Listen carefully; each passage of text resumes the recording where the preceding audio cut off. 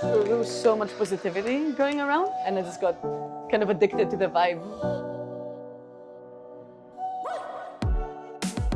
I did an intro workshop, and afterwards I was just like, I'm signing up for level 1. It was just like I had just already known these people and we just hit it off right away, and they were really ready to welcome me and I fit right in. You get to know a lot of people that you probably wouldn't have met in your daily life, because this is just such a different thing from what I do from my normal life. Suddenly I realized the energy have changed. I'm feeling happy with people who have my back, and we're just having a lot of fun.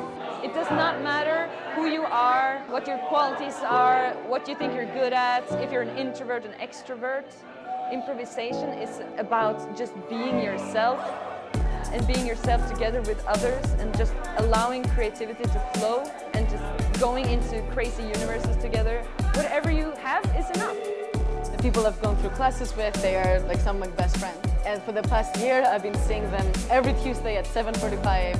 We know we're gonna meet, we're gonna play together for 2.5 hours and then go have a beer.